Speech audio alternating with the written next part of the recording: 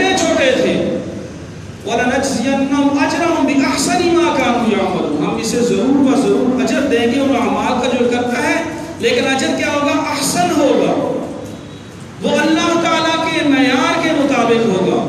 اس نے عمل تو اپنی بندگی کے مطابق کیا ہے جس میں کمی کمزوری بھی ہے،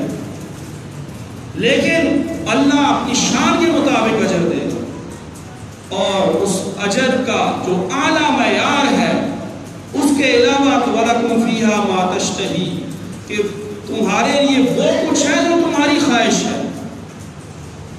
یعنی جنت میں اللہ تعالیٰ وہ کچھ عطا کریں گے جو انسان کے دل میں خواہش ہے، وہ عملی صورت میں ہوگی، لیکن اس کا اعلیٰ درجہ تصور کریں کہ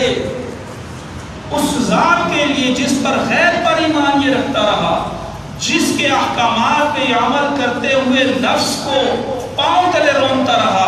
جس کے احکامات پر عمل کرتے ہوئے شیطانی وساوس کا مقابلہ کرتا رہا، جس پر یہ عمل کرتے ہوئے یہ اپنے کئی جذبات کو رونتا رہا، صرف اللہ تعالیٰ کی ایمان باللہ ہے،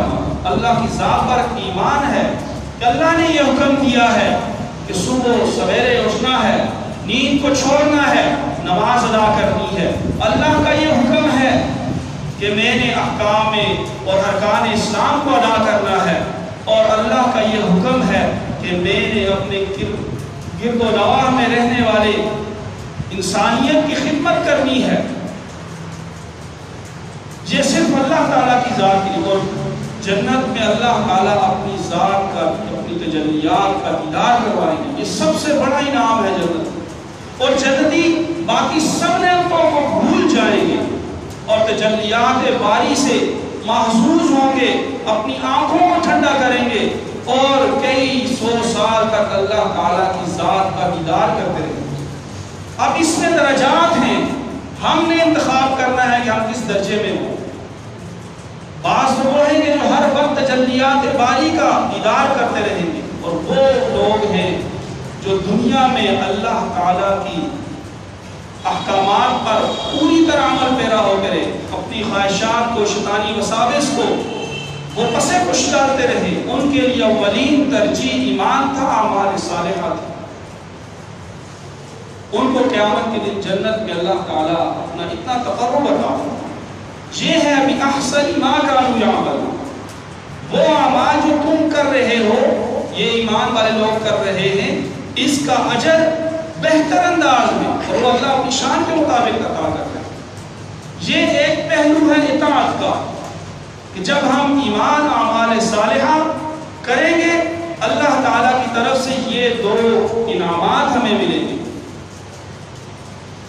دنیا میں پاکیزہ زندگی ملے گی،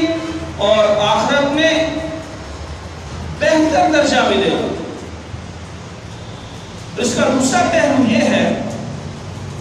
من اعرض عن ذکری فإن له معیشۃ ضنکا ونحشره یوم القیامۃ اعمى،